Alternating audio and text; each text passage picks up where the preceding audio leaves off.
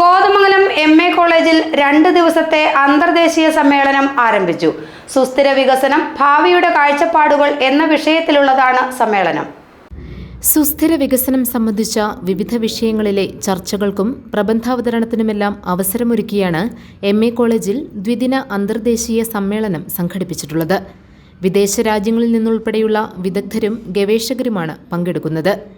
University of മാൾട്ടയുടെ പ്രതിനിധി Gabriela ബോർഡ സമ്മേളനം ഉദ്ഘാടനം ചെയ്തു.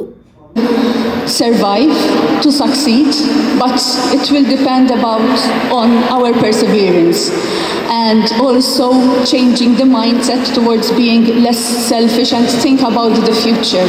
Think about our children, our future generations, and that is where the concept of sustainability then will be implemented and not only talked about. So at this point, I'm going to tell you that I'm really honored to be here. I look forward to deliver my presentation later. Hopefully we'll have time to engage together.